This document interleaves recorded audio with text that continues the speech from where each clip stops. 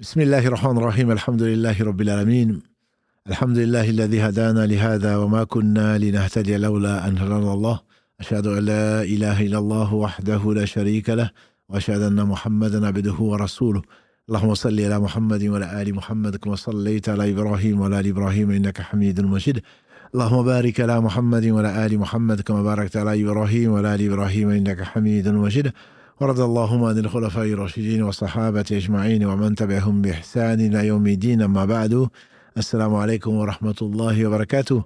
Mes sœurs, mes frères, les louanges, les remerciements, les éloges n'appartiennent qu'à Allah. Le premier qui n'a pas de début, le dernier qui n'a pas de fin, l'apparent, le dominant sur toutes choses, le subtil, le bien informé, nous le louons. Nous revenons vers lui repentant. Nous demandons protection contre les conséquences de nos péchés et les tendances de l'âme. Celui qui Allah guide, nul ne saurait l'égarer. Celui qui est privé de sa guidée, nul ne saura lui montrer le droit chemin. J'atteste donc qu'il est le seul digne d'adoration. J'atteste de la véracité, de l'exemplarité, de la prophétie de Muhammad ibn Abdillah, ce serviteur qu'Allah a choisi et qu'il a honoré dans ce bas monde avant l'au-delà. Qu'Allah bénisse ce prophète, sa famille, ses compagnons et tous ceux qui les auront suivis dans le droit chemin et nous fassent l'honneur d'en faire partie. Ensuite donc, bienvenue dans ce cercle de rappel d'Allah subhanahu wa ta'ala, de rappel sur la foi, la réalité de la foi, comme on l'a intitulé donc cette nouvelle série, dans lequel nous sommes dans le 3e épisode. Qu'Allah subhanahu wa ta'ala nous soit loué pour la foi qu'il nous a accordée. Il l'a embellie dans nos cœurs et en plus, et il nous a fait détester donc tout ce qui peut être mauvaise chose. Et il nous a fait détester donc l'ingratitude, il nous a fait détester la désobéissance, il nous a fait détester tout ce qu'il n'aime pas et nous nous demandons de nous compter parmi les Rachidines, c'est-à-dire les gens qui suivent le droit chemin grâce à lui. Bienvenue donc dans ce jardin du paradis où on mentionne Allah subhanahu wa ta'ala, qu'Allah nous compte parmi les gens du paradis et qu'Allah bénisse votre confiance, bénisse votre temps, bénisse votre vie et nous assiste notre vie durant. Ensuite donc, aujourd'hui, on va parler de la réalité de la foi dans cet épisode 3. Nous espérons aborder les branches de la foi. Nous avons déjà dit que la foi, ce n'était pas qu'un tasdiq dans le premier épisode, c'est que la foi n'est pas qu'une croyance. La foi, c'est également l'Iqra. Donc, c'est le fait de la prononciation ou l'attestation. Et également, ce sont les œuvres. Et la foi, c'est cette parole. C'est parce que c'est une parole. C'est une parole du cœur. C'est une parole de la langue. C'est une parole qu'Allah subhanahu wa ta'ala, dans la sourate Ibrahim, dit, dans les versets 24 et 25, « Alam tara kayfa daraba Allahu mathalan kalimatan tayyiba. Ka shajaratin tayyiba. Asluha thabit wa faruha fi sama. Tu'ti ukulaha kulla hinin bi'idhni rabbiha. » N'as-tu pas vu la parabole de la parole, kalimatan tayyiba, d'une belle parole, d'une bonne parole.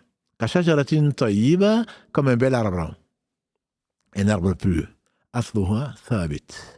Les fondements sont solides. Les fondements sont solides. Wafaruha fi sama, et ses branches parcourent l'espace jusqu'à atteindre le ciel. Ça s'élève. Tu'ti ukulaha kulla hinin bi'idhni rabbiha.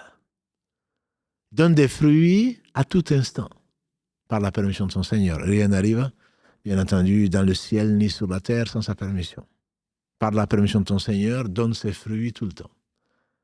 Le Cheikh Saadi, qu'Allah lui fasse miséricorde, il dit voilà une parole, voilà une parabole qu'Allah donne par rapport à la parole, donc de la foi, qui varie selon les individus. Et on le verra, Inch'Allah, une autre fois. Différents niveaux.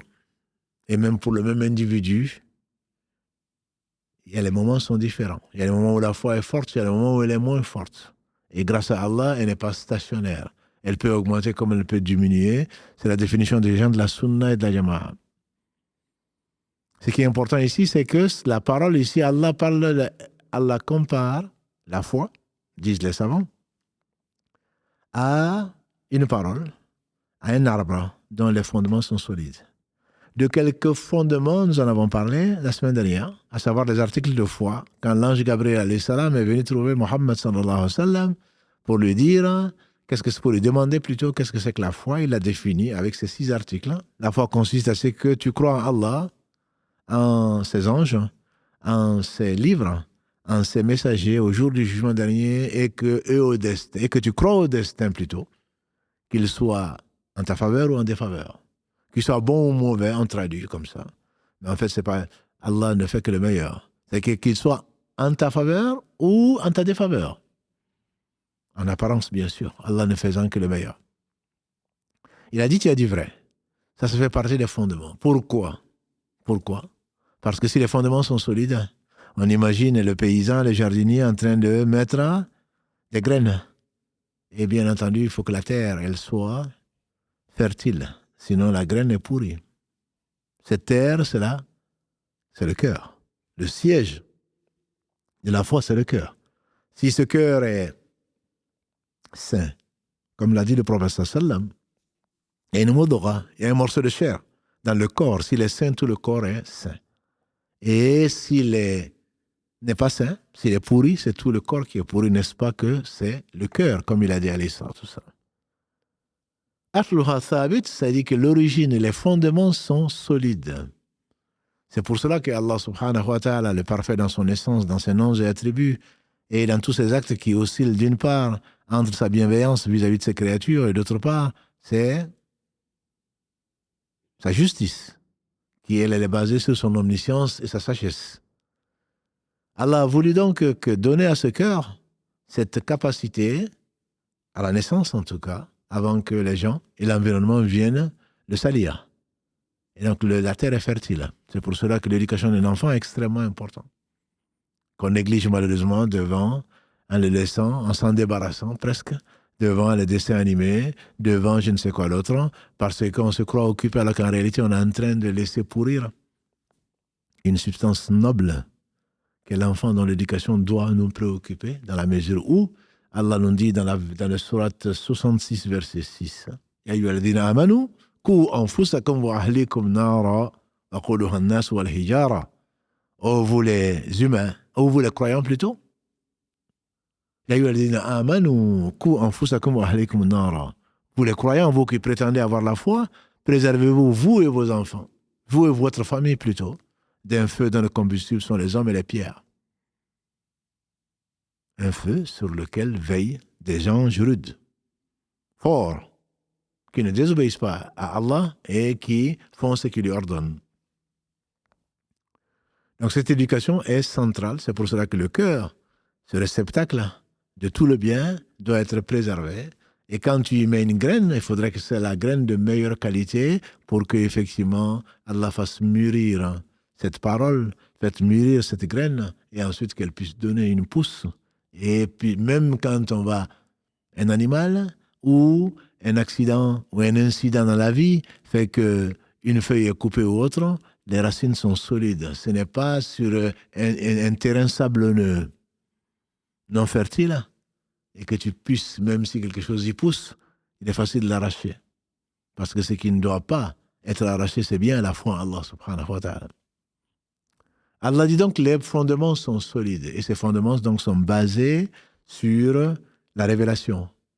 Allah qui dit qui il est au travers de tous les prophètes alayhim salatu salam, du premier jusqu'au dernier. Les fondements sont solides, pourquoi? Parce que ce n'est pas de la spéculation. Les fondements sont solides, pourquoi? Parce que c'est la révélation. Les fondements sont solides parce que la révélation vient d'Allah et elle l'a préservée. Et donc elles sont solides. Le faux ne l'attend pas, comme Allah le dit dans la sourate 41, verset 42. Le faux ne l'atteint ni de devant ni de derrière, parlant du Coran bien sûr, dans la sourate 41. Fussilat, les versets détaillés. Et donc les fondements sont solides parce que ce n'est pas humain, ce n'est pas de la spéculation, ce n'est pas de la philosophie, ce n'est pas je crois, je pense que les gens divergent sur le sujet. Afillahi shak. Allah dit dans le Coran, Afillahi shak. Fatiri samawati wal ard. Y a-t-il un doute sur Allah, celui qui a créé son modèle, Fatir, les cieux et la terre? Il n'y a pas de doute. Et par conséquent, cette foi, quand elle remplit le cœur, comme le dirait Héraclus, elle n'en sort pas. Parce que les fondements sont solides. Héraclus, quand il a rencontré Abu Sufyan, avant qu'il devienne musulman, quand il a demandé est-ce que les gens qui suivent cet homme, qui prétend être prophète, il parlait bien sûr de Mohammed alayhi salatu wassalam, après la trêve de Hudaybiyah, quand il a invité les rois et les empereurs, et Héraclius était l'empereur de Byzance, il a envoyé une lettre l'invitant à l'islam. Et Abu Sufyan passait par là, et donc un Mécois qui n'était pas encore musulman, et il lui a posé des questions. Quel est l'homme le plus proche de celui qui prétend, qui m'a envoyé cette lettre et qui prétend être prophète? Par rapport à la caravane qui passait, donc à l'époque dans le Cham. Abu Sufyan dit que c'est moi, et c'était vrai. Et alors, il a posé un certain nombre de questions. On ne va pas les aborder aujourd'hui, mais juste, il a posé une question importante. Il lui a dit, elles sont toutes importantes, mais celle-là, il lui a dit, est-ce que les gens qui rentrent dans cette religion en sortent? Est-ce qu'il a déjà menti avant cette prétention ou avant cette revendication de prophète? Est-ce que ce sont les pauvres ou ce sont les riches qui le suivent, etc. Aux réponses d'Abu Sufyan, ensuite il a répondu, est-ce que les gens qui rentrent dans la religion en sortent? Vous avez vu des gens qui rentrent et qui apostasient? Abu Sufyan a dit non. Il a dit telle est la réalité de la foi. Quand elle rentre, quand elle pénètre un cœur, elle ne fait que se répandre. Elle ne fait que se répandre et n'en sort jamais. Quand Allah dit asluhu thabit, les racines sont solides, les fondements sont solides. Wafaruha fi sama, et donc à ce moment-là, la pousse devient tige et la tige devient un arbuste et l'arbuste devient un arbre avec des branches. C'est pour cela qu'on a appelé cet épisode les branches de la foi. Parce que Allah dit ensuite tu'ti ukulaha kulla hinin bi'idhni rabbiha. De cet arbre sort, l'arbre produit des fruits tout le temps. C'est-à-dire que la foi, comme le disait le philosophe, l'important n'est pas ce que l'homme dit de la foi, c'est ce que la foi fait de l'homme. L'important n'est pas ce que l'homme dit de sa foi, mais ce que la foi fait de l'homme. Donc la foi n'est pas qu'une prétention. On fait dire à l'imam Al-Hassan al-Basri, qu'Allah lui fasse miséricorde, l'épigone célèbre, Hassan al-Basri de Bassora, il dit, on lui fait dire en tout cas, la foi n'est pas prétention et parure. La foi, c'est ce qui caractérise un cœur et qui se manifeste par les actes. Et donc, ce philosophe qui est décédé il n'y a pas si longtemps que ça, il a dit une très belle phrase, en tout cas que moi j'ai retenue, c'est l'important, ce n'est pas l'homme, c'est pas ce que l'homme dit de sa foi. Moi je suis croyant, il dit mais c'est que la foi fait de lui. Allah dit tu'ti ukulaha. Cet arbre n'est pas là, c'est pas un arbre qui est stérile, c'est pas un arbre qui est là juste pour orner. C'est un arbre qui donne des fruits. Les fruits, c'est quoi? Ce sont les œuvres. Ce sont les œuvres. Et les gens de la Sunna et de la Jama'a résument la foi en quoi? À une croyance. Croyance, les 6 articles de foi et leurs conséquences. À un comportement. C'est pour cela que je comprends mieux la phrase de ce philosophe en disant ce n'est l'important, ce n'est pas ce que l'homme dit de sa foi, c'est ce que la foi fait de lui. Une foi qui n'a pas d'odeur, qui ne sent pas, que l'on ne voit pas, n'est pas une foi. On dit souvent l'important c'est dans le cœur, certainement. Mais le cœur a une vie. Et la vie du cœur doit se traduire par un bon comportement. Le prophète alayhi salatu wassalam n'a-t-il pas dit « Je n'ai été envoyé que pour parfaire le bon comportement ». Ma mission, la foi à laquelle je vous invite, n'a pas d'autre but, comme tous les prophètes avant moi, que d'avoir un bon comportement. Et donc, le fait de prétendre à la foi, doit amener des fruits. Et ce qu'Allah dit, ce n'est pas des fruits en hiver, ce n'est pas des fruits pendant le Ramadan, ce n'est pas des fruits pendant l'Aïd. Oui, moi, pendant le vendredi, je prie. En dehors de ça, je ne prie pas. Moi, pendant le Ramadan, je jeûne. Et en dehors de ça, je suis insupportable. Moi, pendant l'Aïd, je suis généreux. En dehors de ça, je ne le suis pas. Non, Allah dit tu'ti ukulaha kulla hinin. À chaque moment. À chaque moment, il y a des fruits. C'est comme les branches d'un arbre.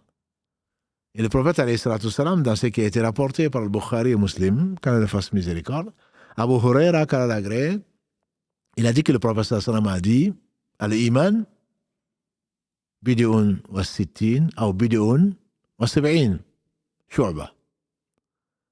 Abu Huraira rapporte donc du meilleur des hommes, qu'Allah le bénisse, il a dit, la foi à 73 et 63 et quelques, ou dans une version 73 et quelques. Bid'un en arabe, comme Allah le dit dans la sourate Rum, Gulibati Rum. Les Romains ont été vaincus par les Perses à l'époque. Du temps du prophète sallam, la sourate a été révélée, c'est la sourate numéro 30. Et Allah dit, mais ils vont prendre leur revanche. Ils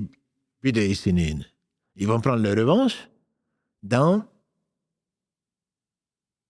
un laps de temps. Pour les Arabes, bid'un, c'est entre 3 et 9. Donc c'est plus que 60. Si on prend la version 60, c'est plus que 70, c'est même plus que 62. C'est entre 3 et 9. Mais c'est moins que 70 si on prend la version 63, ou c'est moins que 80 si on prend là, et à l'ibidon, si on prend la version 70, c'est moins que 80. 73 et quelques, ou 63 et quelques, peu importe. 63 et quelques branches. C'est-à-dire que, et les savants vont l'expliquer, c'est différentes manifestations de la foi. En effet, la suite du hadith, c'est le professeur sallam dit afdaluha, la meilleure. Qawlu la ilaha illallah. La meilleure, c'est la parole la ilaha illallah. Il y a d'autres êtres dignes d'adoration si ce n'est Allah. Et la plus basse, c'est enlever un obstacle de la rue. Et la pudeur fait partie de la foi. Voilà le hadith résumé. La foi n'a pas qu'une branche. La foi a 63 et quelques. Ou 73 et quelques branches. Ce n'est pas une question de niveau, c'est une question de ramification, une question de manifestation. L'arbre a des branches. Là, le prophète sallam a dit la meilleure, afdaluha. La meilleure, ce n'est pas la plus haute. La meilleure, afdaluha, qawlu la ilaha illallah, le fait de dire la ilaha illallah. Adenaha, la plus basse manifestation de la foi, la branche la plus basse, c'est le fait d'ôter un obstacle de la rue. Wal haya min al-iman, et la foi fait partie, la pudeur plutôt, est une ramification ou une branche de la foi. Le hadith n'est pas discutable. Il a été rapporté par les deux, Al-Bukhari et Muslim.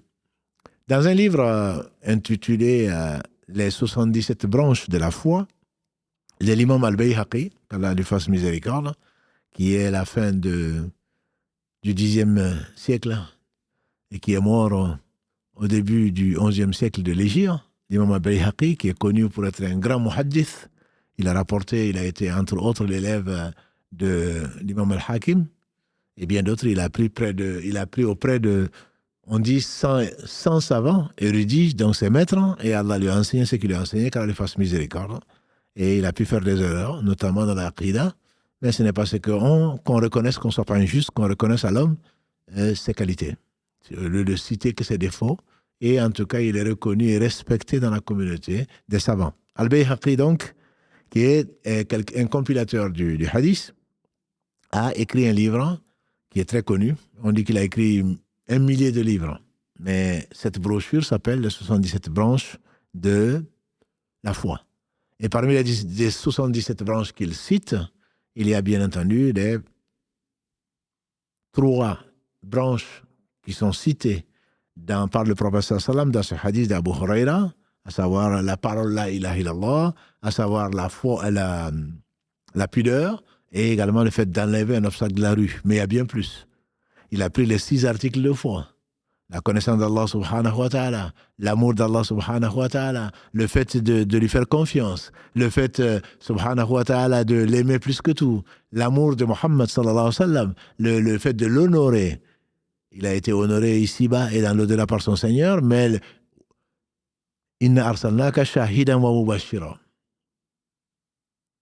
Allah l'a envoyé comme porteur de bonnes nouvelles et mettant en garde contre donc les conséquences de nos péchés. Et Allah a ordonné de l'aimer, Allah a ordonné de le suivre, Allah a ordonné de l'honorer. Et donc, l'honneur fait au prophète sallam fait partie de ces branches-là. Il a été, bien entendu, il a parlé du bon comportement, il a parlé de la prière. C'est une branche parmi, et quelle branche? Parmi les branches de la foi. Il a parlé de la zakat, du jeûne, du pèlerinage, du comportement, bon comportement vis-à-vis de ses pères et mères, de l'éducation des enfants. Donc, les 77, c'est ce que l'on peut imaginer. Il s'est arrêté à 77, il y en a peut-être plus, il y en a peut-être moins, mais le professeur, on va rester sur le hadith, c'est 73 et quelques. C'est peut-être pour cela qu'il s'est arrêté à 77 ou 63 et quelques. Donc, la branche la plus élevée est certainement la parole La ilaha illallah. La parole La ilaha illallah, bien entendu, est là, c'est celle qui fait rentrer dans l'islam, celui qui atteste qu'Allah seul mérite l'adoration et que Mohammed est son messager depuis qu'il a été envoyé. Du temps de Moïse, on dirait que Moïse est son messager. Quand Jésus était encore vivant, en disant que Jésus est son messager, très certainement devient musulman. Et parmi les musulmans, on a vu la semaine dernière, la semaine d'avant, il y a les croyants et il y a les hypocrites. Mais il devient musulman en fonction de son comportement vis-à-vis de lui-même, vis-à-vis des autres, il devient croyant ou pas. Le prophète, alayhi salatu wassalam, il a dit celui qui atteste qu'Allah seul mérite l'adoration, que Mohammed sallallahu alayhi wa sallam est son prophète, que Jésus est le verbe d'Allah, envoyé d'Amari, et un esprit émanant d'Allah, celui qui prononce ça, Allah lui pardonne sincèrement, Allah lui pardonne ses péchés, Allah lui fera rentrer plutôt au paradis, quels que fussent ses péchés. Quels que fussent ses péchés. Que Jésus est la parole incréée d'Allah subhanahu wa ta'ala, jetée dans Marie, et un esprit provenant d'Allah. Après avoir confirmé que Mohammed est le messager d'Allah, et avant tout, après avoir confirmé que l'unicité d'Allah subhanahu wa ta'ala. La meilleure des branches qu'il faut occuper, et qui donnera certainement des fruits en toute saison, c'est bien la parole La ilaha illallah. Le prophète sallallahu alayhi wa sallam nous a dit la meilleure parole que j'ai prononcée moi et les prophètes. Et tous les prophètes envoyés avant moi, c'est La ilaha illallah. La meilleure des paroles que j'ai prononcées moi. Et tous les prophètes qui sont venus avant moi, c'est La ilaha illallah. Il n'y a pas d'être digne d'adoration si ce n'est Allah, subhanahu wa ta'ala. Le prophète Moïse, Moussa alayhi salatu salam, il a dit un jour à Allah, oh Allah, enseigne-moi une invocation et une évocation. Dhikra wa du'a. Une invocation et une évocation par laquelle je t'appelle, par laquelle je t'invoque, par laquelle je t'évoque. Et on a dit, Moussa alayhi salatu salam fait partie des 5 meilleurs prophètes, les 5 meilleurs hommes que la terre a portés. Celui de la paix divine. Moussa dit, Seigneur, enseigne-moi parce que je ne sais pas. Comme disent les anges, la ilma lana illa ma allamtana. On a de science que c'est que tu nous as enseigné. Et Moussa dit, enseigne-moi une chose par laquelle je t'invoque, je t'évoque. Allah lui répond, Ya Moussa, dis la ilaha illallah. Oh Moussa dit, il n'y a pas d'être digne d'adoration si ce n'est moi. Moussa de répondre, Ya Allah. Tout le monde dit la ilaha illallah. Tout le monde dit la ilaha illallah. Il a dit, oh Moussa. Certainement tout le monde dit la ilaha illallah grâce à moi. Mais oh Moussa, si les 7 cieux et leur contenu, hormis moi, et les 7 terres et leur contenu étaient posés sur un plateau de la balance, et que la ilaha illallah était posé sur l'autre plateau de la balance, c'est la ilaha illallah qui va l'emporter. Si les 7 cieux et leur contenu, en dehors de moi, et les 7 terres et leur contenu étaient placés sur un plateau de la balance au jour du jugement dernier, des bonnes actions et des mauvaises actions, et que la ilaha illallah était placée sur une balance, un plateau, sur l'autre plateau, c'est la ilaha illallah qui va l'emporter. Donc on n'a pas conscience. Le tahlil, la ilaha illallah, on n'a pas conscience. C'est sur ça que repose le monde et ce qu'il contient. N'as-tu pas vu que, et ne désespère pas de la miséricorde d'Allah. Le prophète sallallahu alayhi wa sallam, il nous a également enseigné que celui qui dit la ilaha illallah ne s'éternisera pas en enfer. Celui qui dit la ilaha illallah ne s'éternisera pas en enfer, bien sûr avec sincérité. Les hypocrites disent bien la ilaha illallah. Wa minan nasi man yaqulu amanna billahi wa bil yawmil akhir. Nous croyons Allah. Parmi les gens, il y a des gens qui disent nous croyons Allah. Et au jour du jugement dernier, Allah dit wa ma hum bimu'minin. Ils ne sont pas croyants.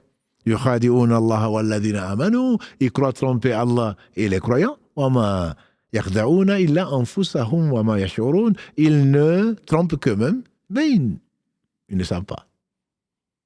Ils ne savent pas. Surat al-Baqarah, où Allah consacre 11 versets aux hypocrites pour dévoiler leur fond. Donc dire la ilaha illallah, ce n'est pas ça le sens. Celui qui le dit avec sincérité, certainement ne s'éternisera pas. Ne s'éternisera pas dans le feu. Quand l'injuste sera dans le feu, qu'Allah nous préserve du feu, qu'Allah nous préserve de toute forme d'injustice. Quand l'injustice sera dans le feu, et qu'il aura eu ce que Allah a décrété dans sa justice. Et ensuite, Allah va dire aux anges à les faire sortir après les intercessions, et Allah lui-même va intercéder et à les faire sortir celui qui a tant soit peu, mithqala dharra, on dit un grain de moutarde, 2 fois dans le cœur. Et ça, c'est la ilaha illallah, qui se traduit, bien entendu, par des fruits. Sauf s'il a eu un empêchement. Il a dit la ilaha illallah et Allah l'a rappelé. S'il a un empêchement, alors non. Et donc la ilaha illallah, a dit le prophète sallam, quelqu'un viendra de ma communauté. C'est ce qu'on appelle le hadith est connu, pour le hadith de la carte. On appelle le hadith de la carte. Quelqu'un viendra de ma communauté, devant tout le monde. Al-Khalaiq, c'est tout ce qu'Allah a créé, qui va ressusciter. Au jour du jugement dernier, quelqu'un de ma communauté viendra. Et Allah va lui, et les anges viendront, avec 99 registres, chaque registre de ses œuvres, et chaque registre va à perte de vue. Chaque registre va à perte de vue. Les anges sont là, à côté de nous, ils ne nous quittent pas, d'une semelle. Ils écrivent tout ce qu'on fait, tout ce qu'on dit. Tout ce qu'on dit, ce qui nous passe dans la tête, alhamdulillah, Allah ne nous tient pas rigueur. Ne nous en tient pas rigueur. Mais les anges viendront donc. Ils viendront. Avec 99 registres de ce qu'on a fait. Et chaque registre va à perte de vue. Dépasse l'horizon, chaque registre, 99 fois. Et les anges vont exposer, ce sont tous des péchés. 99 registres allant à perte de vue de péché. On ne peut pas l'imaginer. Et pourtant, c'est facile à Allah.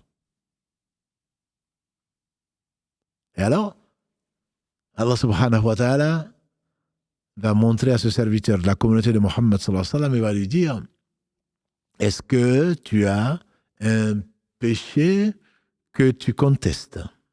Parce que c'est le jour du jugement. Avant de mettre quelqu'un en enfer, Allah amène des témoins, y compris nous-mêmes. La peau va parler, le pied va parler, la main va parler, les yeux vont parler, les oreilles vont parler, vont témoigner, on espère pour nous ou contre nous. Allah va, avant de l'envoyer en enfer, mais il ne va pas l'envoyer, comme vous avez deviné, Allah va lui demander, est-ce que tu contestes quoi que ce soit de ce qui est dans ces livres, dans des registres de tes actions? Il va dire, Seigneur, je ne conteste rien, j'avoue. Tout ce qui est là est vrai, parce que les anges ne se trompent pas, ils sont infaillibles. Allah va lui donner une autre chance. Il va lui dire, est-ce que mes anges t'ont ajouté, se sont trompés, ont ajouté quelque chose à tes péchés? Il va dire, non, Seigneur. Et Allah va dire, est-ce que tu as une bonne action à opposer à ces innombrables péchés? Il va dire, non, Seigneur. Allah va dire, si, mon serviteur. Aujourd'hui, c'est un jour où il n'y aura pas d'injustice. La dhulma al-yawm, comme Allah le dit. La dhulma al-yawm, il n'y aura pas d'injustice. C'est un jour où il n'y aura pas d'injustice. Il y a cette carte. Il va dire au Seigneur, qu'est-ce que c'est que cette carte par rapport à cette centaine de livres? Qu'est-ce que c'est que cette carte? Qu'est-ce qu'elle peut valoir, cette carte? Allah va dire, tu ne seras pas lésé. C'est une carte sur laquelle il est écrit que tu as dit la ilaha illallah. On va mettre la carte sur l'autre plateau de la balance. Les 99 registres sur un plateau de la balance qui vont à perte de vue, et c'est facile à Allah, ne cherchez pas le comment. Et la carte, c'est pour ça qu'on l'appelle le hadith de la carte. La carte sur l'autre plateau de la balance. Et on imagine bien sûr, c'est la carte qui va l'emporter. La carte sera plus lourde que tout ceci. Pourquoi? Parce que la ilaha illallah. C'est ce sur quoi repose la vérité. C'est la parole de vérité. C'est ce qui fait rentrer au paradis. C'est ce qui sauve de l'enfer, ce qui sauve du questionnement de Nakir et Munkar dans la tombe. Quand ils diront quel est son Seigneur, tu diras c'est Allah. Et ce la ilaha illallah donc n'est pas une chanson comme on le trouve malheureusement chez les griots ou ailleurs. Et ils ne finissent même pas. Le la ilaha illallah a des conditions, comme disent certains savants. C'est la clé du paradis. Mais chaque clé a nécessairement des dents. Et les dents, certains savants les citent et en donnent 8 dents. Parmi lesquelles, on ne va pas rentrer dans les détails, parmi lesquelles, la connaissance, savoir qui est Allah, le parfait, dans son être, dans ses noms, ses attributs, dans tous ses attributs, dans tous ses actes, le miséricordieux, l'omnipotent, l'omniscient, le généreux, le miséricordieux, que dis-je, par essence et par excellence, le pardonneur, le grand pardonneur. Le seul péché qui ne pardonne pas, c'est celui justement de penser qu'il a besoin de qui que ce soit, d'assistant ou de quoi que ce soit, et c'est le seul péché qui ne pardonne pas. Comme il l'est dit dans la sourate 4, verset 116 et avant verset 48, Inna Allah la yaghfiru an yushraka bihi wa yaghfiru ma duna dhalika liman yasha. Allah ne pardonne pas qu'on lui associe quoi que ce soit en dehors de ça, il pardonne à qui il veut. Donc là, il faut savoir qu'est-ce que ça veut dire. Dans beaucoup de dialectes, on prononce, on en a fait des chansons comme j'ai dit, on le prononce comme ça. On en fait même parfois des serments, sans comprendre même le sens. La ilaha illallah veut dire qu'il n'y a pas d'être digne d'adoration. La ma'budu bihaqqin illallah. Il n'y a pas d'être digne d'adoration. Bihaq. Des divinités, il y en a. Le dieu du soleil, le dieu de la lune, le dieu de je ne sais quoi. Mais ce que les gens adorent, il y en a beaucoup. Mais il n'y a pas d'être digne d'adoration. Là, une négation. Il a d'être digne d'adoration. Il a, sauf Allah. Le seul Dieu qui mérite l'adoration, il s'appelle Al-Ilah, le Dieu avec un grand D. Et c'est la connaissance. On se doit de connaître le sens. Et Allah subhanahu wa ta'ala en a fait, comme vous le savez, dans le verset 19 de la sourate Muhammad, sourate 47. Allah a fait précéder, comme disent les savants, la science sur l'acte, sur les actions. Allah dit à son prophète sallam, fa'alam annahu la ilaha illallah wa astaghfir li dhanbika lil mu'minin, mu'minat. Verset 19 de la sourate 47, la sourate Muhammad. Sache, ô Muhammad, sache qu'il n'y a pas d'être digne d'adoration si ce n'est Allah. Cette connaissance est fondamentale. Celui qui sait, il dit sache. Si tu ne sais pas, tu apprends que Allah seul mérite l'adoration. Et le prophète sallallahu alayhi wa sallam Allah lui a enseigné ce qu'il a enseigné dans la sourate 6. Qul inna salati wa nusuki wa mahyaya wa mamati lillahi rabbil alamin. Bidhalika umirt. Dis à Muhammad, inna salati, ma prière, wa nusuki, mes actes de dévotion, wa mamati, wa mahyaya, ma mort et ma vie appartiennent à Allah. Quand tu sais que la ilaha illallah, il n'y a personne qui doit être craint comme Allah. Il n'y a personne qui doit être aimé pour lui-même si ce n'est Allah. Tout autre doit être aimé pour Allah subhanahu wa ta'ala. Ton espoir, tu dois le placer en Allah. La ilaha illallah, personne ne mérite que je place mon espoir en lui si ce n'est Allah. Personne ne mérite que je le craigne plus que Allah. La ilaha illallah, la connaissance est indispensable, c'est le début. Il y a bien entendu également la certitude. Le dire sans que ça rentre dans le cœur, ça n'a pas de sens. Allah dit aux Bédouins, comme on l'a vu dans le verset 14 de la sourate 49, قالت الأعراب آمنا قل لم تؤمنوا ولكن قولوا أسلمنا ولما يدخل الإيمان في قلوبكم إن تطيعوا الله ورسوله لا يلدكم من أعمالكم شيئا.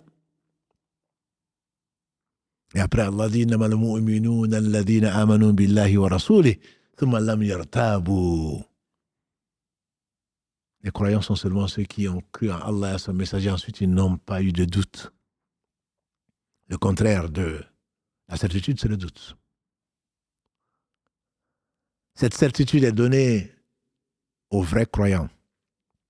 Quand ça s'implante dans le cœur, qu'il n'y a pas de doute, que ni le ciel, ni la terre, quel que soit leur contenu, ne pourrait apporter quoi que ce soit si ce n'est par la permission bi'idhni rabbihim, par la permission de celui qui les a créés. C'est la raison pour laquelle cette certitude a amené les gens à redonner à Allah ce qu'il leur a prêté pour peu de temps, leur bien et leur personne. Cette certitude est une condition de la ilaha illallah. Je ne la prononce pas comme ça, je la prononce parce que j'ai vraiment foi. Il y a la sincérité quand on le dit. Les hypocrites disent qu'ils croient en Allah, mais en réalité, ils ne sont pas croyants. Et Allah sait tout. Cette sincérité fait partie. La véridicité en fait partie. Le sidq. La véracité de ce qu'ils disent et la véridicité de leur cœur. Si vraiment ils sont sincères, ils sont véridiques, très certainement la véridicité va se traduire par les actes qui entraînent, donc, qui impliquent plutôt la foi. Qui impliquent la foi. Il y a la soumission à cela. Pourquoi? Parce que quand tu dis « j'atteste qu'Allah seul mérite l'adoration », cela veut dire que je crois à ce qu'il a envoyé et que je le mets en pratique. Je crois à ce qu'il a envoyé, soit dans le Coran, soit dans les livres précédents, soit par la bouche de ses prophètes, notamment Muhammad sallallahu alayhi wa sallam. Donc, il y a de cela. Il y a l'amour, qui est le dernier point que les savants disent, mais il y en a bien d'autres. J'ai dit il y a les dents. L'amour, c'est l'amour de cette parole, de ce sur quoi repose, comme j'ai dit tout à l'heure, toute la vie. Si les 7 cieux et leur contenu, hormis Allah subhanahu wa ta'ala, les 7 terres et leur contenu étaient placés sur un plateau de balance, d'une balance, et que la ilaha illallah sur l'autre, c'est la ilaha illallah qui va l'emporter. Donc il y a des dents. On ne va pas dépasser ça. Parce que connaître Allah, très certainement, c'est l'aimer. Ne pas le connaître, on ne peut pas aimer ce qu'on ne connaît pas. Et ça, c'est une parole d'ancien et qui reste une vérité. Il est le seul digne d'adoration, parfait, le seul parfait. Et c'est lui, il est le seul à savoir qui il est. Et donc, il faut le connaître. Comment on va le connaître? Par la révélation. On ne peut pas deviner qui est Allah. Allah, c'est lui qui se définit. Il le définit à ses prophètes et alliés qui, eux, ont pour mission de l'enseigner aux créatures que sont les hommes et les djinns. On ne peut connaître Allah que par la révélation. On ne peut pas connaître Allah par déduction ou par imagination ou par spéculation.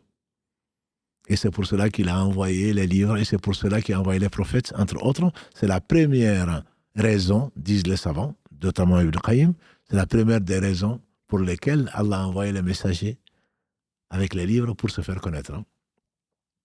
Et dans ces livres, il a dit qui il était, à qui il a voulu, de la façon qui s'est décrite, à laquelle il faut ajouter foi. Ce sont ces noms et attributs qu'il cite, certains des noms et attributs, parce qu'Allah seul sait tous les noms qu'il a. Personne, et sont pas, comme on a vu samedi dernier, c'est pas 99 noms. Le prophète sallam dans le hadith d'Abu Huraira, il dit Allah a 99 noms celui qui les ahsa, celui qui les comprend, qui les met en pratique, il entrera au paradis. Les gens ont compris qu'il fallait les égrener dans un chapelet à 99 grains. Non. Celui qui connaît 99, comme disent les savants, c'est comme si tu dis à quelqu'un, il donne 100 euros à celui qui fait ceci, cela. Ça ne veut pas dire qu'il n'a que 100 euros. Celui qui comprend ces 99 de ces noms, parce qu'il a dit dans le hadith rapporté dans le Musnad, oh Allah, le prophète sallam, il a dit, oh Allah, je t'invoque, par tous les noms, ce que tu as enseigné à une de ces créatures. Ce que tu m'as enseigné, c'est que tu as enseigné à une de tes créatures. Et c'est ou dans un de tes livres, ou que tu as gardé envers toi, de faire du Coran, Rabi'a Qalbi, le printemps de mon cœur, etc., etc., pour chasser la tristesse. Et vous le connaissez, on peut renvoyer à la citadelle du musulman ou à d'autres livres de hadith pour les invocations du matin et du soir, ou en cas de tristesse, ou en cas de ceci et cela. Donc c'est Allah qui nous enseigne ce qu'on ne sait pas, notamment qui il est. Et c'est la plus grande des sciences, le fait de connaître Allah au travers de ses noms et attributs. Et donc qu'il a révélé aux meilleurs des hommes, dont donc Mohammed, qui est le meilleur d'entre eux, et que Allah a conservé donc dans son livre, ou dans les hadiths qui ont été authentifiés. Et ces noms ont des règles. Les règles des noms, c'est quoi? C'est le fait d'y croire. Les attributs pareils. On ne doit nier, ta'til, on ne doit nier aucun attribut. Beaucoup de spéculations, beaucoup d'égarements au travers de ça. De vouloir interpréter les attributs d'Allah, on ne nie aucun. Si Allah dit qu'il aime, il aime. Mais on sait qu'il n'est, rien ne lui est semblable. On a vu ça la semaine dernière. Laysa kamithlihi shay. Sourate 42, verset 11. Rien ne lui ressemble. Rien. C'est lui qui a tout créé, rien ne lui ressemble, subhanahu wa ta'ala. Laysa kamithlihi shay. Et donc ce Seigneur a voulu que nous décrire qui il est et on croit à ce qu'il a dit. Il n'y a pas de tahrif. On va changer ces noms pour que les gens ne s'égarent pas. Allah a voulu dire ça. Non. Le prophète aurait pu le dire, mais il ne l'a pas dit. Il a repris les noms qu'Allah lui a enseignés. Et donc on n'a pas le droit de changer des mots ou des lettres pour les amener à nos passions. Sous prétexte qu'on ne veut pas que les gens s'égarent. C'est déjà de l'égarement, on l'appelle certainement les gens également à l'égarement. Pas de tamthil, c'est ce qu'on a dit, il n'y a pas de ressemblance. Il n'y a pas à comparer Allah. Allah n'a pas de semblable. Allah n'a pas de semblable. Donc il n'y a pas de tamthil, je ne compare pas Allah, il n'y a pas d'anthropomorphisme. Il n'y a pas de tashbih. Allah ressemblerait à quoi? Non. Il n'y a pas d'anthropomorphisme. C'est lui qui a tout créé et rien ne lui ressemble. Pas de takif. Allez chercher, mais comment Allah parle? Comment Allah voit? Comment Allah entend? Comment? Non. Le comment est une question qui ne doit pas se poser chez un croyant. Comme on le fait dire à l'imam Malik, qu'il fasse miséricorde, c'est une question qui est de l'innovation. Personne parmi les meilleurs, les prophètes, les compagnons, personne n'a jamais posé comment Allah fait ceci. Allah se décrit, il a des attributs, tous parfaits, mais on n'a pas à imaginer comment Allah fait ceci et cela. Et donc, entre autres, ce sont des règles, peut-être qu'on reviendra dessus, Inch'Allah, une autre fois, mais il faut connaître Allah, c'est la plus grande des connaissances. Et le fait de dire la ilaha illallah, si tu l'as vraiment compris, si tu t'es soumis, très certainement les fruits ne vont pas manquer. En toute saison. Il n'y a pas d'hiver. Il n'y a pas de printemps. Il n'y a pas d'automne. Il n'y a pas d'été. En toute saison, Allah fait sortir de celui qui a vraiment cru en lui sans rien lui associer. Allah fait sortir de sa personne, de son comportement, des actes qui plaisent à Allah et qui plaisent à ses créatures. Donc la ilaha illallah, c'est la meilleure branche. Mais c'est une des branches parmi les 63 et quelques, ou les 13 et quelques. Le prophète sallam, dans ce hadith, il a cité une autre branche, il a dit, le minimum, c'est doter un obstacle de la rue, la branche la plus basse. C'est d'ôter un obstacle de la rue. Et ça, je le rappelle à mes frères et à mes sœurs. Le minimum de la foi, c'est de ne pas gêner les autres. Le minimum de la foi, c'est d'éviter le mal pour les autres. Le minimum de la foi, c'est de se rappeler qu'Allah nous voit et que si j'étais à la place d'un tel, certainement, un obstacle pour un aveugle ou pour quelqu'un qui pourrait glisser sur une peau de banane ou je ne sais quoi d'autre, Allah voit. Dans l'islam, il y a non-assistance à personne en danger. Non-assistance à personne en danger. On voit quelqu'un qui est agressé. On se doit de s'opposer à l'agression. Celui d'entre vous qui voit un faible amable, qui le change de sa main, a dit le prophète sallallahu. Qu'il empêche ce faible amable. Ça fait partie des branches de la foi, d'ailleurs, de l'imam al-Bayhaqi, car il fasse miséricorde, ordonner le bien, interdire le mal. Enseigner, apprendre la science, etc. Tout ça, ça fait partie des branches. Mais là, le fait de voir un objet qui pourrait nuire à qui que ce soit, même à un animal, on ne doit pas le laisser. Toi qui prétends être croyant et qui, par ton comportement, par tes agissements, qu'est-ce qu'il a dit à l'Islam? Qu'est-ce que c'est que le musulman? Man est le musulman. Il a posé la question, la réponse, il a donné. Al-Muslim, man saliman, al-Muslimun, biyadihi wa bilisani. Le musulman, c'est celui dont les musulmans sont à l'abri des méfaits de sa main et de sa langue. Dans une version, celle d'Abu Huraira, le prophète dit le croyant. C'est celui dont les gens, là il a généralisé, sont en sécurité par rapport à leurs biens, à leur sang. Les musulmans sont donc le croyant plutôt, c'est celui dont les gens sont à l'abri des méfaits, il a dit, sont en sécurité par rapport à leurs biens et par rapport à leur sang. Et donc le droit de l'autre, le comportement, la personne la plus proche du prophète sallallahu alayhi wa sallam, il a dit, celui que j'aime le plus et qui sera le plus proche de moi au jour du jugement dernier, c'est celui qui vient avec la foi et avec le meilleur comportement. Il n'est pas croyant, il n'est pas croyant, il n'est pas croyant. On dit qui donc? Il dit celui dont le voisin ne se sent pas à l'abri de ses méchancetés. Et donc ce comportement, il est fondamental et le prophète l'a appelé la branche la plus basse. Donc ce n'est pas une question d'apparence. Ce n'est pas une question de prétention. C'est bien une question de comportement. C'est ce que la foi fait de la personne. C'est la foi qui va se traduire par des actes. Et donc on doit, même quand on voit un obstacle ou une saleté ou quoi que ce soit, on doit la ramasser, pas pour enlever du travail aux techniciens de surface. Non. C'est parce que c'est notre devoir. Ça prouve la foi. Allah aime ceci. Quand Allah aime cela, on doit l'aimer. Et l'aimer, ce n'est pas seulement dans le cœur, ça doit se traduire par une application, ça doit se traduire par, se manifester par des actes qui confirment ce qui est dans le cœur. Il a dit c'est la plus basse. Il a dit également, alayhi salatu salam, la pudeur fait partie de la foi. La pudeur, al-haya, min al-iman, dans d'autres hadiths. La pudeur est une des branches de la foi. Il ne s'agit pas de la timidité, il s'agit de la pudeur.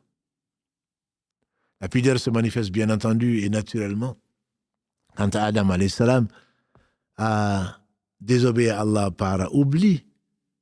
Sa nudité et celle de son épouse, Ève, s'est manifestée, ils ont été chercher donc des feuilles des arbres du paradis pour se cacher leur nudité. Et ça fait partie de la pudeur.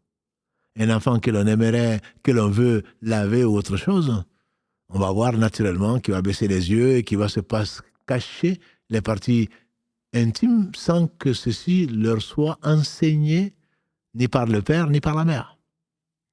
C'est naturel. Les prophètes, alayhi salatu wassalam, avaient cette sentence que nous rapporte Mohammed sallallahu alayhi wa sallam, il dit parmi les paroles des anciens prophètes venus avant moi, c'est que si tu n'as pas de pudeur, fais ce qui te plaît. Si tu n'as pas de pudeur, il fait al-mashid. Si tu n'as pas de pudeur, fais ce qui te plaît. Et que la pudeur est une valeur sûre, c'est une valeur ancienne. S'il n'y a pas de pudeur, il n'y a plus rien. Plusieurs explications de ce hadith, entre guillemets, ont été données par les savants. Certains disent que si tu n'as pas de pudeur, fais ce que tu veux, voudrait dire que si la pudeur ne t'empêche pas de faire une chose, c'est qu'elle n'est pas interdite. La pudeur qui est du domaine du cœur, qui vient te dire non, ça ce n'est pas joli, ça il ne faudrait pas qu'on te voit en train de faire ceci. Donc c'est un critère. Si ça ne te fait pas honte, entre guillemets, de faire ceci et cela, c'est que c'est bon. Ça c'est une des explications. Et regardez les explications qui ont été données dans ce hadith, notamment dans les 40 d'An-Nawawi, qu'Allah leur fasse tous miséricorde. Une autre explication, qui est beaucoup plus générale, c'est que si la pudeur, le voile de la pudeur est déchiré, alors certainement c'est la perversité qui suit. Tu n'as plus honte des gens, je ne parle pas d'Allah, puisque la vraie pudeur c'est celle de vis-à-vis d'Allah. Mais tu n'as pas honte des gens pour faire ce que tu fais, c'est que très certainement, c'est pas que la plume est levée puisque tu es raisonnable, ça veut dire que tu as perdu l'essentiel. D'ailleurs, il y a beaucoup de hadiths qui viennent confirmer ceci. Le prophète a dit « Al-haya wal-iman » Qurana. La pudeur et la foi vont de pair. Quand tu perds l'un, tu perds l'autre. Quand tu perds l'un, tu perds l'autre. C'est-à-dire la foi, il n'y a pas de foi sans pudeur. C'est peut-être l'explication la plus générale. Quand il y a une foi, nécessairement, elle doit se manifester par la pudeur. Pudeur vis-à-vis d'Allah avant toute chose. N'as-tu pas honte de désobéir à celui qui t'a créé, qui t'a tout donné, qui sait tout, même si tu te cachais, qui, s'il avait voulu, t'aurait repris, alors que tu es en train de faire le péché. N'as-tu pas honte de désobéir à celui qui te nourrit, qui te fait respirer, qui te fait aller aux toilettes, qui te fait rire, qui te fait pleurer, qui te fait voir, qui te fait entendre. Combien de gens ont des yeux qui ne voient pas, des oreilles qui n'entendent pas? N'as-tu pas honte? N'as-tu pas de pudeur vis-à-vis la vraie pudeur? C'est de savoir ce que tu mets dans ton ventre. C'est de savoir te déplacer vers ce que Allah aime. La vraie pudeur, c'est de retenir ta colère, c'est de retenir ta langue. Parce que tu sais qu'Allah entend tout et que tu auras honte que Allah t'entende, que les anges notent ce que tu as dit ou ce que tu as fait et que tu sais très bien qu'Allah n'aime pas. La vraie pudeur, elle est là. Mais la fausse pudeur, qui est ce que nous appelons les gens qui sont pudiques, non, il est très pudique. C'est le fait, la pudeur, ça, ce n'est pas de la pudeur. Ça, c'est la timidité. Et dans l'islam, ceci n'est pas du tout encouragé. On dit Sulaym, qu'Allah lui fasse miséricorde, qu'Allah l'agrée, c'est la mère de Anas ibn Malik. Qu'Allah bénisse Sulaym. C'est elle qui a amené Anas ibn Malik, alors qu'il n'avait que 8 ans, au prophète sallallahu alayhi wa sallam en disant « Je t'amène mon garçon, il n'a que 8 ans, pour te servir, pour t'accompagner. » Et Anas fait partie des 5 et des 7 ou des 7 qui ont rapporté le plus de hadiths du prophète sallallahu alayhi wa sallam. Allah bénisse nos mères et leur fasse miséricorde. Sulaym, elle était pudique, forcément, puisqu'elle était croyante. La pudeur et la foi vont de pair. Mais sa pudeur ne l'a pas empêchée de demander au prophète sallallahu alayhi wa sallam de poser des questions. Dit, Ya Rasulallah, est-ce que une femme doit il dit plutôt, Inna Allah la yastahi inna Allah la yastahi min al-haq. Allah n'a pas honte, entre guillemets, de la vérité. Est-ce qu'une femme doit se laver après un sommeil? Le prophète sallam dit, si elle voit du liquide. C'est-à-dire, si on fait un rêve érotique, elle aurait pu ne pas poser la question par pudeur. Comment tu as osé poser une question? Anas, le même Anas qu'Allah l'agrée et bénisse sa mère, il a dit, Un jour, une femme est venue se proposer au prophète sallam pour le mariage. Et sa fille a dit qu'elle n'a pas honte, celle-là. Le prophète sallam a dit, elle était mieux que toi. Elle a vu cet homme, elle a espéré l'accompagner au paradis, et le fait de proposer sa main à un homme, pas pour ce qu'Allah a interdit, mais dans le cadre légal, n'est pas quelque chose de reprouvé, ce n'est pas un manque de pudeur, pas du tout. Omar ibn Khattab, qui était pudique, a été chercher, proposer la main de sa fille à Abu Bakr, ensuite à Othman, et les deux, l'un n'a pas répondu, l'autre a répondu négativement. Mais c'est pas ça la pudeur. C'est pas ça plutôt le manque de pudeur. Non, rechercher la science, c'est pas le manque de pudeur. Au contraire. La vraie pudeur, c'est le fait justement de se poser la question, qu'est-ce que je vais dire à Allah? Qu'est-ce que je vais dire à Allah si je le rencontre? Toi, je fais ça. Il est omnipotent. Il peut faire de moi ce qu'il veut, comme il peut faire de tout ce qu'il veut. Qu'est-ce que je vais dire à Allah si je fais ça? La pudeur, c'est ce qui t'empêche de faire ce qu'Allah a interdit, de ce qu'Allah t'a donné, de ce qu'Allah t'a interdit. Allah qui t'a donné la foi, il t'a permis les choses, il t'a tout permis sauf ce qu'il a interdit pour ton bien. Et toi, tu ne trouves pas mieux que d'aller faire ce que Allah n'aime pas. Pas parce que ça le touche, ô mes serviteurs, du premier au dernier, hommes et djinns réunis, si vous aviez le cœur aussi pervers que le plus pervers d'entre vous, cela n'amoindrait rien dans mon royaume. Si tout le monde avait un cœur satanique, si tout le monde s'aimait le désordre sur la terre, cela n'amènerait rien au royaume et à sa puissance d'Allah subhanahu wa ta'ala, sa majesté. Et donc, si tu fais du mal aux autres, c'est parce qu'Allah n'aime pas le mal. Allah l'a créé pour autre chose. C'est pas pour le mal en soi, comme on dit, la création de Shaitan. Pourquoi Allah a créé Shaitan? Pourquoi il y a tant de tentations? Allah est sage, hein? On ne pose pas de questions. Si Allah l'a fait, c'est pour nous éprouver. Liyabluwakum ayyukum ahsanu amala. Afin de vous éprouver, pour voir celui d'entre vous qui est le meilleur à l'œuvre. Parce qu'Allah sait. Si nous n'avons pas créé et tenté et nous avons la fa'alhamaha fujuraha wa taqwaha. Qad aflaha man zakaha, dans la sourate qu'on a vue 91, dans la sourate Shams, le soleil. Allah a donné, il a créé l'âme et lui a permis les deux tendances. Taqwaha, la piété, ou fujuraha, la perversité. Elle est capable de le faire. Si elle n'était pas capable de le faire, elle n'aurait pas de mérite. Et au jour du jugement dernier, il y en a qui viendront avec la balance lourde de bonnes actions parce qu'ils sont efforcés d'utiliser le temps, la vie qu'Allah leur a confiée pendant peu de temps pour démontrer leur sincérité. Quant à d'autres, ils viendront avec des fardeaux qu'Allah nous en préserve, ayant pris le droit des uns et des autres, pire, et ayant été injuste vis-à-vis d'eux-mêmes, en étant injuste vis-à-vis d'Allah subhanahu wa ta'ala. Donc la pudeur est une vertu qu'Allah donne à qui il veut. On dit que le prophète sallallahu alayhi wa sallam était le plus pudique des hommes. Quand il voyait une chose qu'il détestait, ça se voyait sur son visage. Ça se voyait sur son visage. On dit qu'il était plus pudique qu'une jeune personne qui n'a pas quitté le giron familial, qui ne connaît rien de la vie. Tu le voyais souvent la tête baissée, quand il voyait quoi que ce soit, allez ça, tout ça, qui pouvait être dérangeant.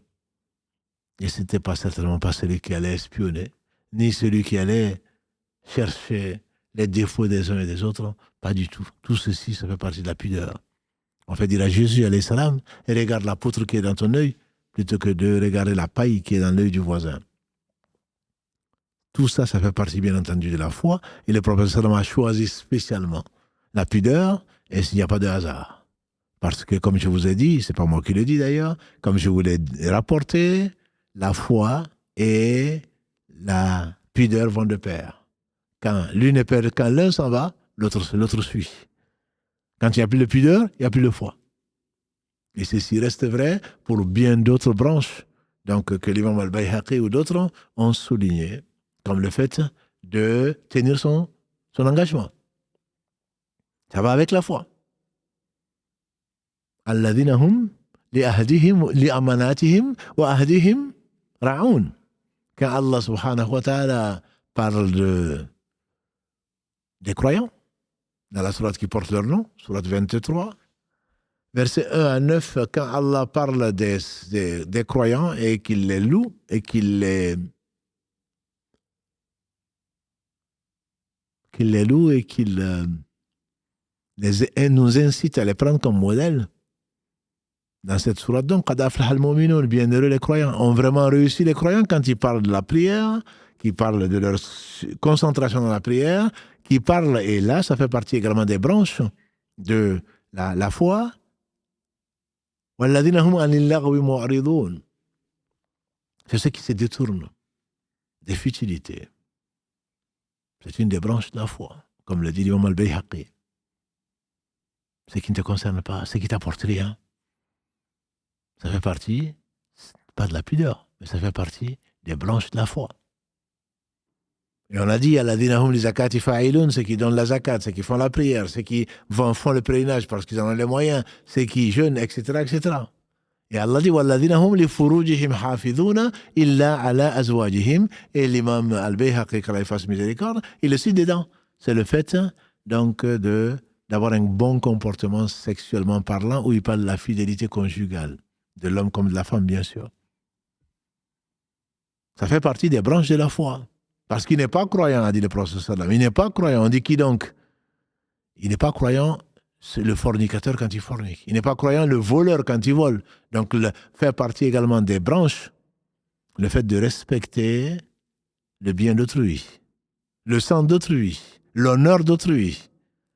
Et donc, il vient et il cite, entre autres, donc tout ce qui peut toucher à ces 5 choses que Dieu a rendues sacrées, et donc dont l'honneur, dont les biens, la raison et tout le reste. Tous ceci donc font partie des branches de la foi. Donc la foi n'est pas que ce que l'on dit, c'est dans le cœur, certainement. C'est dans le cœur, mais c'est également qui va se manifester par les actes des uns et des autres. Parmi les branches, bien sûr, de la foi, c'est ce qu'Allah subhanahu wa ta'ala a mis comme règle pour ton bien. Et donc, nous avons parlé du respect des autres, du respect de soi, du respect de ce qu'Allah a révélé pour protéger les biens, l'honneur et le sang des autres. Il y a également ton comportement vis-à-vis de père et mère, comme on l'a dit, c'est ce que Allah subhanahu wa ta'ala a rendu sacré et il a donné tellement d'importance qu'il a lié son adoration à cela. وَقَدَ رَبُّكَ أَلَّا تَعْبُدُوا إِلَّا إِيَّاهُ وَبِالْوَالِدَيْنِ إِحْسَانًا. Surat 17, verset 23, ton Seigneur a décrété que tu n'adorerais que lui et de l'excellence vis-à-vis de père et mère. L'excellence, il a dit. Ce n'est pas d'être bien, c'est d'être excellent. وَإِنْ جَاهَدَاكَ عَلَىٰ أَنْ تُشْرِكَ بِهِ مَا لَيْسَ لَكَ بِهِ عِلْمٌ فَلَا تُطِعْهُمَا وَصَاحِبْهُمَا فِي الدُّنْيَا مَعْرُوفًا وَاتَّبِعْ سَبِيلَ مَنْ أَنَابَ إِلَيْهِ. Jusqu'à la fin des versets de la sourate Luqman 31.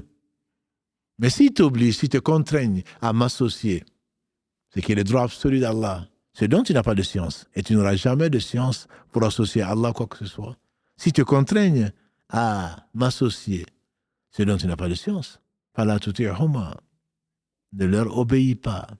Par contre, fasahibuhuma fi dunya ma'rufa, accompagne-les dans la vie de bas monde de la meilleure des façons. Et donc, les fruits de la foi doivent être permanents, comme je disais. Ce n'est pas « je suis croyant aujourd'hui quand ça m'arrange, demain je ne le suis plus ». Je prétends être un homme de foi et j'ai des comportements qui sont déviants. C'est que le fruit, on ne le voit pas, ou alors le fruit, il est pourri, ou alors le fruit, il est amer, vis-à-vis des autres surtout. Vis-à-vis des autres surtout. Et on verra, inch'Allah, c'est quand le prophète sallallahu alayhi wa sallam décrit la foi et différents niveaux, à quoi il fait allusion. Ça ne veut pas dire qu'on n'a pas de foi. On a bien des arbres qui sont secs. On a bien des arbres qui ont cet aspect, cette allure de bois, parce qu'on ne peut rien en tirer. Si on peut en tirer pour en faire un combustible, du feu. Et donc la foi n'est pas seulement une prétention. La foi n'est pas seulement ce que tu dis, ce qui est dans ton cœur, ni simplement ce que tu prétends. La foi est vraiment ce qu'elle doit être, c'est-à-dire quelque chose qui se manifeste, qui donne des fruits dont toi tu profites et les autres profitent aussi. La compagnie d'un croyant doit être, je dis bien doit être, la meilleure des compagnies. Elle doit être, si vraiment tu es croyant, si vraiment tu crois en Allah au jour du jugement dernier, disait souvent le prophète sallallahu alayhi wa sallam. Il a beaucoup insisté dessus. Man kana yu'minu billahi wal yawmil akhir. Celui qui croit en Allah, ça ne suffit pas. Et celui qui croit au jour du jugement dernier. Yawma la yanfa'u malun wala banun illa man ata Allah biqalbin salim. Le jour où ni les biens, ni les enfants ne serviront à personne, à moins que tu rencontres Allah avec un cœur salim, un cœur, disons, pur, exempt de quoi? Exempt d'association, disent les savants. Surat 26, verset 88. Allah le met dans la bouche d'Ibrahim, alayhi salatu salam. Yawma la yanfa'u malun. Si tu crois vraiment au jour du jugement dernier, ta foi va se manifester ce jour-là au travers de la qualité ou du contenu de ta balance. Et si la meilleure est la ilaha illallah, si tu as vraiment compris la ilaha illallah, si tu as été pudique, si tu as enlevé les obstacles du chemin, il te reste encore du chemin. Il te reste encore plus de 60, puisqu'il dit 63 et quelques, ou 73 et quelques. Il te reste encore 60 au moins autres branches que tu vas apprendre, que tu vas mettre en pratique. La foi, elle doit vivre. Une foi qui ne vit pas, qui ne manifeste pas, n'est pas une foi qui est sincère. Et si la foi est sincère, nécessairement, cette sincérité doit se manifester de tout point de vue, en toute saison, et vis-à-vis de tout un chacun. On ne peut pas être croyant vis-à-vis des croyants et avoir un comportement qui n'est pas celui du croyant. Parmi les branches, comme il a dit l'imam al-Bayhaqi, quand il fasse miséricorde, parmi les branches, c'est les 6 droits du musulman, ou les 5 droits du musulman. Puisque le prophète en a fait des droits, donc forcément, ça fait partie de la foi. Il va jusqu'à citer le fait de répondre au salut de ton frère. Aujourd'hui, malheureusement, beaucoup ne répondent qu'au salut de gens qui connaissent. Allah subhanahu wa ta'ala exige de répondre au salut.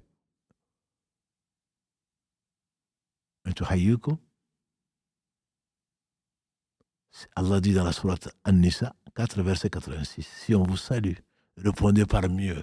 Si ce n'est, au moins répondez pareillement. Et donc là, ça c'est l'un des droits du musulman. Ça fait partie des 77 branches que l'imam al-Bayhaqi cite.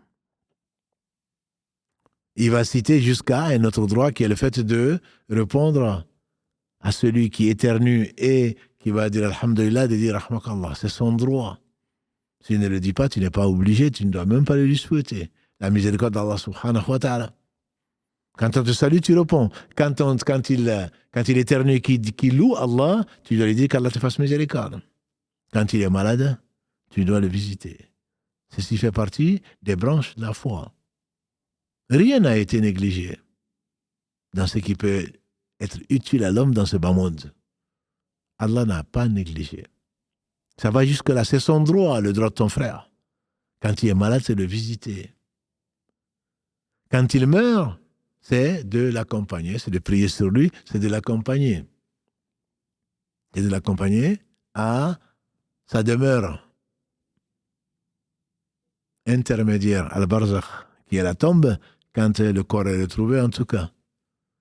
Quand il demande conseil, c'est obligé de lui conseiller. Parce qu'Allah sait tout. Ad-dinu an-nasiha kama qala sallallahu alayhi wa sallam. La religion, toute la religion, c'est la loyauté. On traduit parfois, et parfois c'est le bon conseil. On dit vis-à-vis de qui?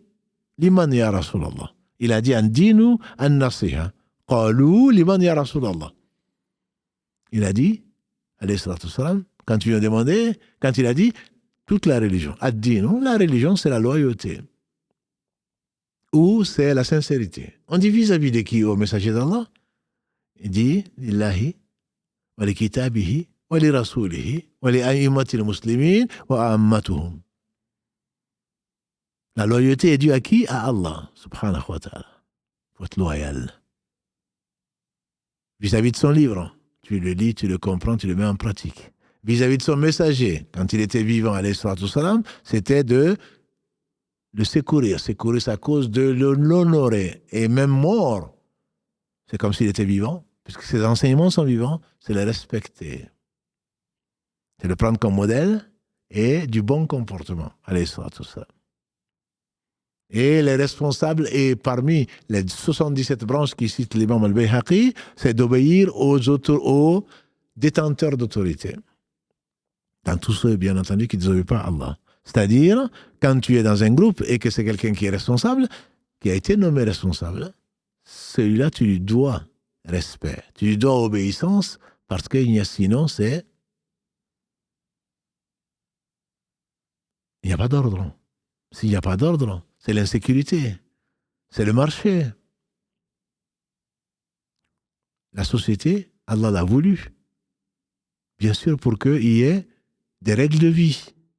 Si tu ne respectes pas les règles de vie, très certainement, ça va être le chaos. Et donc ça fait partie des branches, parmi les branches de la foi. Et il a également cité les branches parmi les branches de la foi, bien entendu, c'est le fait donc d'apporter de la joie, de participer à la joie des uns et des autres, ça fait partie de la foi. Même parmi les branches qu'il a citées, qu'Allah lui fasse miséricorde, c'est le fait de se réjouir de l'obéissance à Allah. Quand tu vois les gens obéir à Allah, ça doit te réjouir. Quand toi-même, Allah te permet de lui obéir, ça doit te réjouir. Pas parce que tu es content de toi. Non, tu remercies ton Seigneur de t'avoir permis de retrouver le chemin de son adoration, donc de son amour. De son adoration, donc de son amour. C'est Allah qui te permet, ce n'est pas parce que, ah non, mais moi j'ai prié, moi j'ai jeûné, donc Allah ne te doit rien. Allah n'est obligé de personne, ma soeur. Allah n'est obligé de personne, mon frère. Mais si Allah te permet de prier, de jeûner, remercie-le. Et ne te moque pas de ceux qui ne le font pas. Prie pour eux. Parce que si elle a voulu, tu serais à leur place. Le fait de t'avoir permis de l'aimer, de prier, de lui obéir, c'est une faveur d'Allah sur toi. Ce n'est pas une faveur de toi sur Allah. Yamunnun alayka an aslamu. Allah dit à la fin de la sourate 49, ces bédouins-là qui te disent nous avons cru. Allah dit Yamunnun alayka an aslamu. Qul lan tamunnu alayya islamakum. Balillahi yamunnu alaykum an hadakum lil iman in kuntum sadiqin. Il te rappelle qu'ils sont musulmans. Comme pour dire, nous sommes musulmans, donc tu nous dois quelque chose. Le prophète sallallahu alayhi wa sallam, Allah lui enjoint de dire, la tamunnu alayya, ne me rappelez pas le bienfait d'avoir été musulman. Mais c'est Allah qui doit vous rappeler le bienfait de vous avoir donné la foi si vous êtes véridique, comme ils ne l'ont pas. Donc quand on finit la prière, quand on finit un jour de jeûne, quand on donne ce qu'on donne pour Allah subhanahu wa ta'ala, de son temps, de ses biens, on doit être content. Pas content de soi. On doit être content parce qu'Allah nous a choisis. Et que demain, celui qui a fait le bien du poids de notre homme le verra. Celui qui a fait le mal du poids de notre homme le verra. Et ce jour, tu te réjouiras de l'énergie, de l'occasion, de l'inspiration d'avoir souri à ton frère, à ta sœur. De la force qu'Allah t'a donnée de ne pas te mettre en colère. Mais parce que c'est Allah qui te l'a donné. Parce que Allah a aimé le bon comportement, Allah a ordonné le bon comportement, Allah a fait des prophètes ceux qui avaient le meilleur comportement. La force de résister, la force d'être patient. La force d'être patient dans une situation, dans des situations parfois très très difficiles. Ce n'est pas parce que tu es fort. C'est parce qu'Allah t'a rendu fort. Donc se réjouir d'obéir à Allah, ça fait partie très certainement des branches donc de la foi. On s'arrêtera là, Inch'Allah, pour aujourd'hui. أقول قولي هذا أستغفر الله لي ولكم فاستغفروه إنه هو الغفور الرحيم. Qu'Allah nous inspire le repentir par lequel il aime ses serviteurs. Qu'Allah subhanahu wa ta'ala fasse du rappel des choses bénéfiques pour nous, pour qu'on s'en rappelle. Inna dhikra tanfa'ul mu'minin, le rappel profite certainement aux croyants. Qu'Allah subhanahu wa ta'ala fasse que notre foi soit solidement ancrée et que malgré, comme l'exemple qu'il donne, je vais repartir, malgré le vent, malgré la tempête, tel un roseau qui penche à droite, qui penche à gauche, mais une fois que la tempête s'arrête, le roseau se redresse sur sa tige. Pourquoi? Parce que les fondements sont solides. Qu'Allah soit loué, il est le seul ligne de louange. Il est celui qui se passe de tout. Qu'il bénisse abondamment celui par qui il a déversé un surcroît de bonheur et de miséricorde sur les univers. Je nomme Muhammad sallallahu alayhi wa sallam, qu'Allah agrée tous ses compagnons et qu'Allah fasse miséricorde à ceux qui nous ont dévancés, qui nous ont laissé enseigner le bien, c'est-à-dire ce qui conduit vers l'agrément d'Allah subhanahu wa ta'ala et sa satisfaction. Qu'Allah vous bénisse, mes frères et sœurs, votre vie durant. Qu'Allah bénisse votre temps surtout. Et qu'Allah subhanahu wa ta'ala nous réunisse tous dans son obéissance. سبحانك اللهم وبحمدك أشهد أن لا إله إلا أنت أستغفرك وأتوب إليك سبحان ربك رب العزة أما يصفون وسلام على المرسلين والحمد لله رب العالمين والسلام عليكم ورحمة الله وبركاته.